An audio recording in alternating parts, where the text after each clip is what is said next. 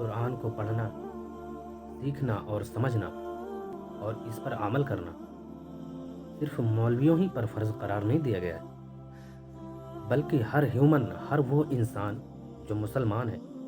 طلب العلم فریضۃ علی کل مسلم، ہر مسلمان پر فرض قرار دیا گیا ہے۔ تو کیا آپ نے اس فرض کو انجام دے دیا ہے؟ کیا آپ نے دینی تعلیم حاصل کر لی ہے؟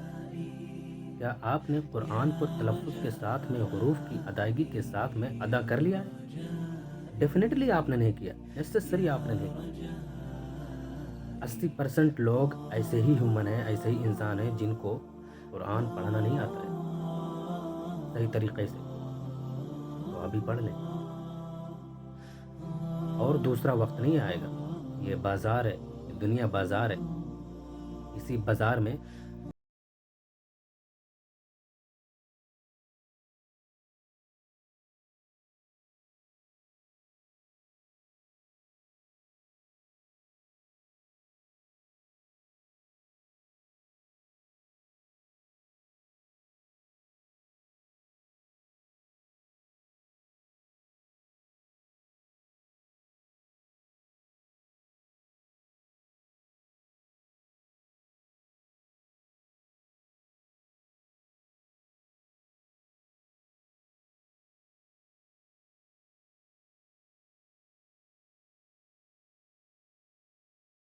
دنیا میں پھر سے جاؤں اور وہاں پر دینی تعلیم حاصل کروں، قرآن کو صحیح طریقے سے پڑھوں، لیکن وہ دن دوبارہ آپ کی تھوٹ جو ہوگی نا، وہ نہیں آئے گی۔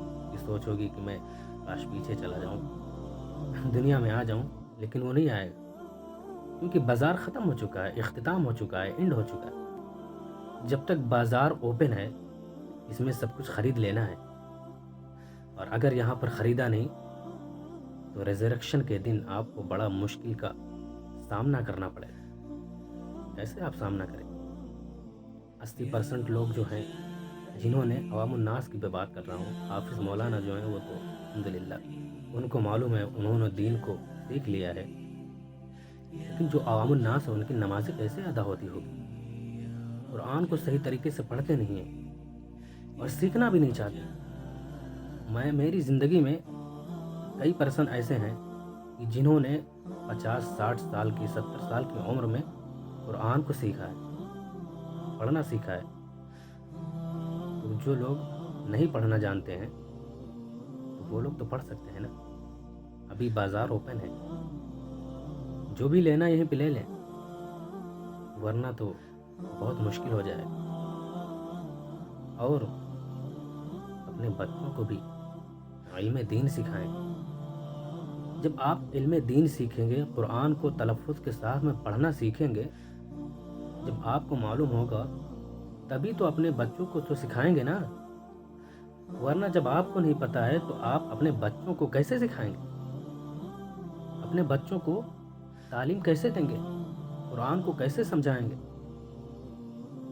تو اس کے لیے آپ کو دینی تعلیم حاصل کرنی ہوگی، حاصل کریں گے تبھی آپ سکھا پائیں گے، اور آپ کا یہ سیکھنا میدان محشر میں کام آئے گا۔ آپ کی نمازیں قبول ہوگی۔ آپ کی نمازیں کیسے قبول ہوتی ہوگی؟ قرآن کو صحیح طریقے سے آپ پڑھنا نہیں جانتے ہیں اور نماز پڑھنے جاتے ہیں۔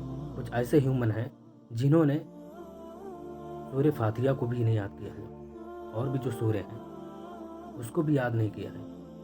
کیسے نماز آپ پڑھتے ہوں گے؟ کیا پڑھتے ہوں گے؟ بس ایسے کرتے ہوں گے، ہے نا، بس اپنے ہونٹ کو ہلاتے ہوں گے، بس وہاں پہ جا کے پڑھتے کیا ہوں گے؟ تو آپ کی نمازیں کیسے ادا ہوگی؟